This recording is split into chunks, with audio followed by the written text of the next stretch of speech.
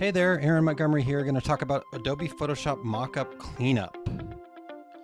So as you can see here, I found this on a Facebook group and it just is missing a little bit here. You can tell that it is a mock-up by the white outlines on things, and you can also see it over in the letters and whatnot, so they weren't able to clean up the image very good in the PNG. So we're going to show you another example. We've got a similar one here. We're going to put this certificate on it.